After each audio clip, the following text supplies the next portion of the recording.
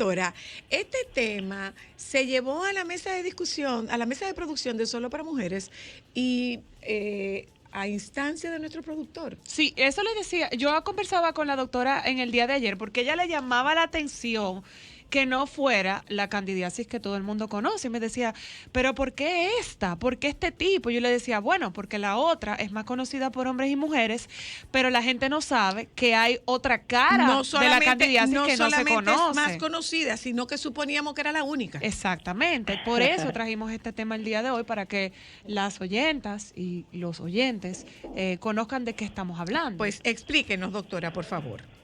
Bueno, pues para mí es un placer. La verdad que le decía a Cristal ayer que hablar de candidiasis invasiva es muy distinto a candidiasis vaginal, que yo pensé que iba a ser el tema.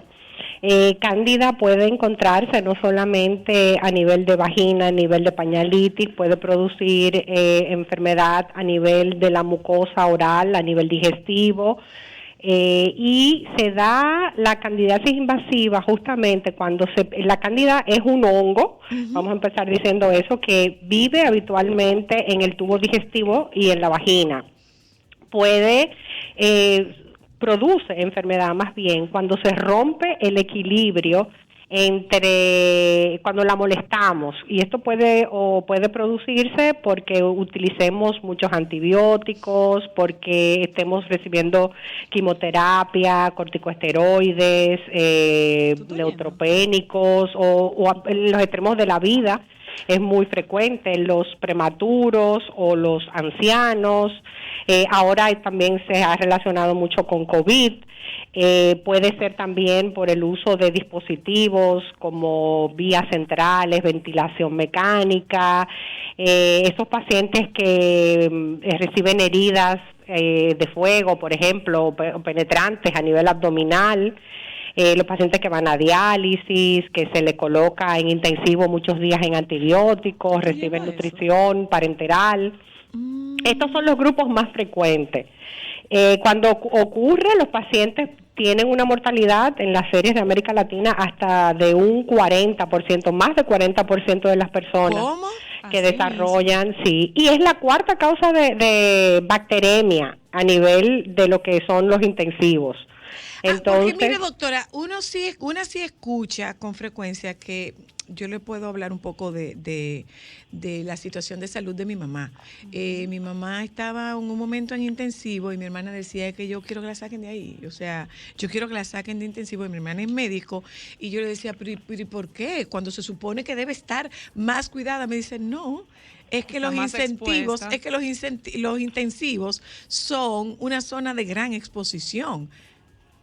Sí, pero no solamente que los intensivos, sino es todo lo que tenemos que hacer en intensivo para mantenerle la vida a un paciente, y muchas veces la estadía es prolongada. Entonces se rompe el equilibrio normal. No siempre que uno aísle una bacteria, un hongo en el cuerpo, quiere decir que hay que tratarla, que eso también es algo que confunde mucho a la gente. Nosotros somos portadores de bacterias, por ejemplo, 33% de las personas son portadoras a nivel de la nariz de un estafilococo, y en el intestino tenemos cándida. Entonces pasa que si rompemos ese equilibrio tranquilo, entonces ahí sucede la enfermedad como tal. Pero es más común de lo que nosotros nos imaginamos, y por eso es tan importante el uso adecuado de los antimicrobianos, en este caso de los antifúngicos. Nosotros no podemos, cada vez que tenemos una vaginitis o que tenemos la boca blanca, decir que es un hongo y tomar antimicóticos, porque a la hora de que cuando lo necesitemos no funcionan. Entonces la gente cree que eso se da solamente para los antibióticos y para las bacterias. También pasa lo mismo con los hongos. Eso quería preguntarle, doctora, porque si hay algo que por lo que el dominicano es altamente conocido, es por el hecho de la automedicación. Bueno, me dio una vez y ya yo sé lo que el doctor me puso, entonces me da otra vez y yo voy a hacer lo mismo y no tengo que gastarme el dinero en la consulta y simplemente voy y compro mi medicina. ¿Qué consecuencias puede tener, no solamente en el hecho de que no te haga efecto el tratamiento, sino el uso continuo la iatrogenia, doctora. de esa medicación. Bueno, en el caso de los antifúngicos, no solamente la resistencia, que es la más importante, sino también la parte de los efectos adversos del medicamento a nivel hepático, a nivel renal. Producen daños a nivel hepático. Inclusive hay personas que utilizan medicamentos, por ejemplo, para rebajar o para colesterol, o pacientes que utilizan inmunosupresores renales, trasplantados, que toman antifúngicos y pueden alterar el metabolismo de los medicamentos, especialmente en ese grupo de los trasplantados, pero también puede producirse una insuficiencia hepática. A veces tomamos alcohol, medicina para el colesterol, el antifúngico, y sin saber que eso nos puede traer un daño terrible. Okay. Entonces es algo que para tener en cuenta, que el dominicano, y si arriba de eso sumamos un té de algo que no sabemos, que viene en otro idioma, todavía es peor, ¿verdad? Bueno. Doctora, ¿cuál es la sintomatología de la candidiasis? Bueno, depende en qué paciente está aconteciendo. Por ejemplo, si es un paciente que está recibiendo una quimioterapia, y que tiene el secundario a la quimioterapia glóbulos blancos muy bajitos, eso se llama neutropenia. Entonces, si ese paciente empieza a tener datos de dificultad para tragar, lesiones blanquecinas, en la boca, en la lengua, fiebre, la presión bajita, dolor muscular, algunas lesiones de piel, pudiera ser hongo, pudiera ser una micosis. Que no necesariamente nosotros estamos hablando de candidiasis invasiva, pero hay otros hongos que pueden hacerse diseminados, que nosotros tenemos en República Dominicana.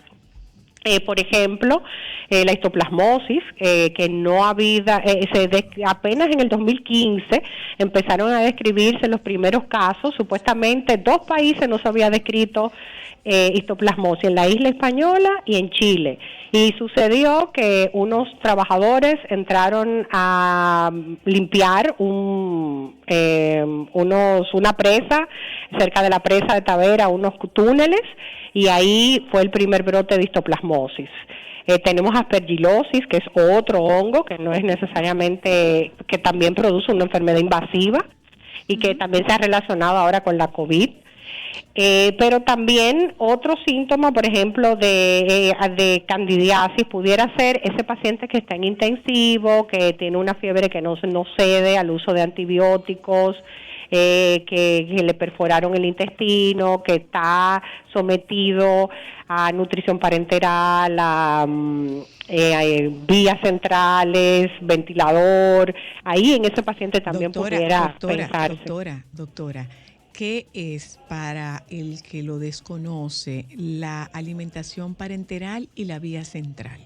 Ok, la vía central es un catéter por donde se perfunde líquidos, sangre, o se hemodializa, que va al corazón, puede ir a una vía central femoral, por ejemplo. Okay. Y por ahí se hace un recambio, se limpia la sangre si es para hemodiálisis, o se administra alimentación o sangre o líquido, más líquido, una dosis más grande, mayor volumen que una línea periférica normal, que es lo que nosotros conocemos, el famoso suero, que se pone en un brazo, por ejemplo. Aquí se pone a nivel de lo que es el subclavio, o sea, a nivel de la clavícula, cerca de la clavícula, o yugular. Y con esto es más fácil para nosotros, el paciente puede recibir una mejor atención, y eso se ha relacionado a candidiasis también en algunos pacientes. ¿Y con qué frecuencia debe ser cambiada esa vía, doctora? Depende. Una vía central puede permanecer hasta por 14 días y si es una vía, un catéter de hemodiálisis, hay catéteres que son transitorios y permanentes y eso va a depender. Pero puede durar un catéter permanente de diálisis pues muchísimo tiempo. Pero lo ideal es que se utilice siempre vías de alimentación enterales, o sea, por la boca, la alimentación, y que las diálisis sean por fístulas, no por catéteres. Eso sería lo ideal. Lo que pasa es que cuesta mucho hacer un catéter, una diálisis por vía, por fístula, que así se llama. También igual la quimioterapia debería de ser por puertos. Vemos la pobre gente aquí, que como se le queman las venas, los vasos, claro. Secundario a que no está preparado el cuerpo para recibir tanto volumen y esos medicamentos que son tan fuertes. Tan agresivos. Entonces, una cosa, doctora, pregunto desde la más absoluta ignorancia. Esa candidiasis que usted menciona en los extremos de la vida, ¿eso es el sapito de algunos niños? No necesariamente, no necesariamente, pero puede ser que ese sapito se confunda y esas lesiones blancas que vemos en algunos pacientes con pobre higiene, a veces ni siquiera con pobre higiene, va relacionado con el uso de antibióticos por muchos días. El uso también, las personas que utilizan bombitas para el asma, eso tiene esteroides, entonces lo ideal es que cada vez que usted haga uso de su bombita, luego se enjuague la boca. Igual los niños, cuando le estamos dando la última leche y acostamos a ese niño con ese último biberón, no debería de ser agua. Que de verdad el niño se acostumbre también a higienizarse su boquita. Pero mira qué interesante, ¿verdad? Pues mira, es importante eso que usted nos está diciendo, doctora, y que las cifras que usted está compartiendo con nosotras son cifras considerables. Sí. Y pudiera ser que, como nosotros somos 11 millones de médicos, nosotros lo pasemos por alto, o que nos automediquemos, o que vayamos al curanderismo. Sí. Yo creo que algo que a mí sí me gustaría dejarle a la población es lo siguiente. Por favor, usted, si tiene alguna infección vaginal, deje de estar automedicándose con fluconazol todos los meses. O deje de estar colocándose óvulos todos los meses. Esos lavados vaginales, déjeselo de estar haciendo, deje de estar usando todo lo que utiliza para estrechar la vagina, porque el jabón de cuava también, por ejemplo. O el vinagre, doctora, por Dios, eso no es un remedio casero, no invente. Que todo esto cambia el pH de la vagina y todo eso rompe el equilibrio que nosotros necesitamos mantener. Trate de llevar una alimentación balanceada, tomar líquidos, no estar estreñido, limpiarse correctamente, que la mayoría de las mujeres dominicanas se limpian de atrás hacia adelante, es al revés. Y enséñale a sus niñas también a higienizarse de forma correcta. Al baño se nos enseña a ir. Eso es una parte que yo creo que se pudiera trabajar para evitar la aparición de cándidas de forma general, más o menos. Bueno, pues muchísimas gracias, doctora. Yo espero que esta sea una información. Espérese, doctora, espérese. Hola. Hola, buenas. Adelante. Sí. Oigo, ella habló de estreñimiento. ¿Qué relación guarda lo del estreñimiento y lo del y la candidiasis? Ajá. La relación, doctora. Básicamente lo más importante es que cuando estamos estreñidos muchas veces la higiene al evacuar y el dominicano tiende por lo que les decía, a limpiarse de atrás hacia adelante. tenerlo pendiente. Cuando uno intenta mucho, la vejiga también, cuando el intestino está lleno, a veces con la edad va cambiando, va disminuyendo, va cayéndose todo, incluyendo la vejiga, y por eso vemos que a cierta edad hay que subir un poco todos esos músculos de ahí.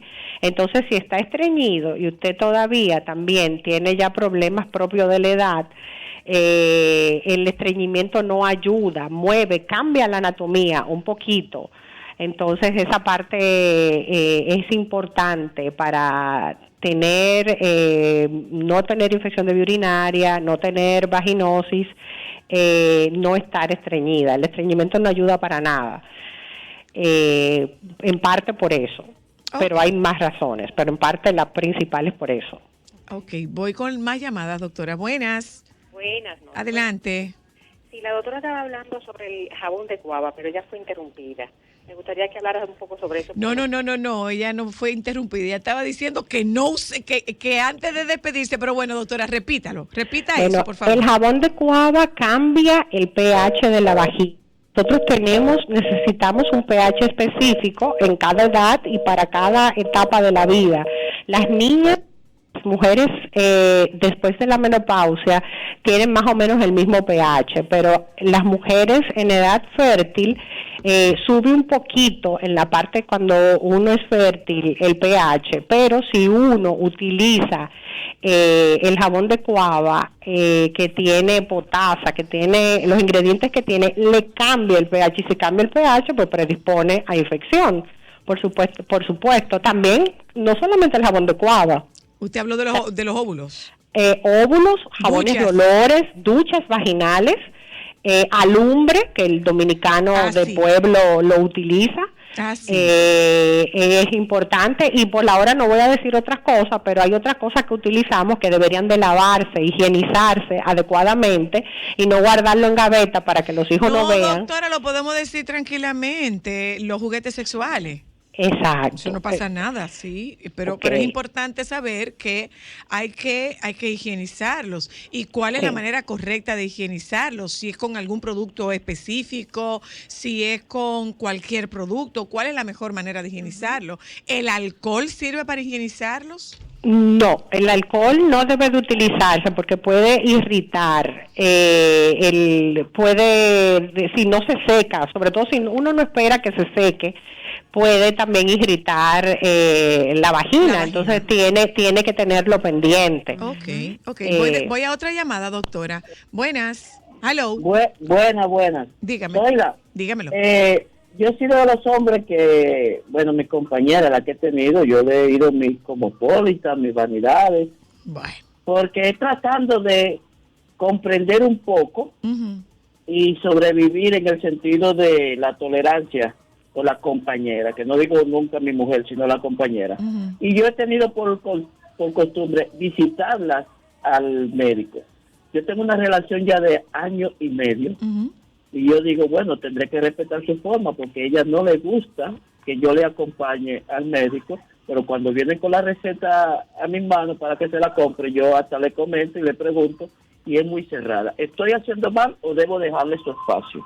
Yo creo que eso, si ella no se siente cómoda, lo mejor es dejarla en su espacio si ella no se siente cómoda. Habrá alguna que sí se sienta cómoda con que usted la acompañe y hay otras con que no. Pienso que ese espacio es un espacio muy íntimo entre una mujer y su médico. Eso es lo que yo pienso.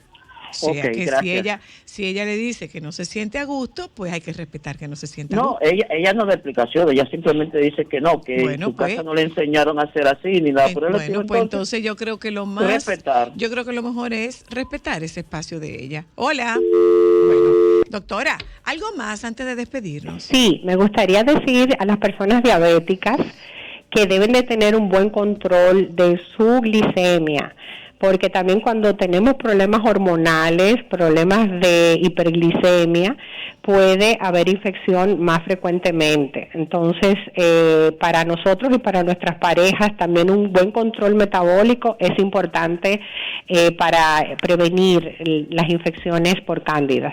Ok. ¿Me da tiempo a tomar una llamada más? Una más. Hola. Aló. Hola, bendiciones. Amén, buenas. Una pregunta para la doctora. Adelante. ¿Qué de cierto hay que cuando se tienen infecciones vaginales, cuando se tienen relaciones provoca dolor? Lo escucho por la radio. Okay. Sí, claro, esos síntomas de la vaginosis, de la vaginitis, el dolor al tener relación, la escoriación, el prurito, la picazón, el flujo tipo boruga, esos son signos de infección de vaginosis. Ok. En ese caso, ¿se medican ambos, doctora? Sí, deberían de medicarse a la pareja, pero debería también de ir a un médico para que sea evaluada, porque no necesariamente tiene que ser por cándida, puede ser por otras patógenos, no necesariamente cándida. Gracias, doctora, le mandamos un abrazo. Gracias por la invitación. Gracias a usted. Nos vamos un momentito, regresamos con Jessie Espinal y hablamos de tazas en Solo para Mujeres, que a mí no me gusta prácticamente nada. Para mujeres.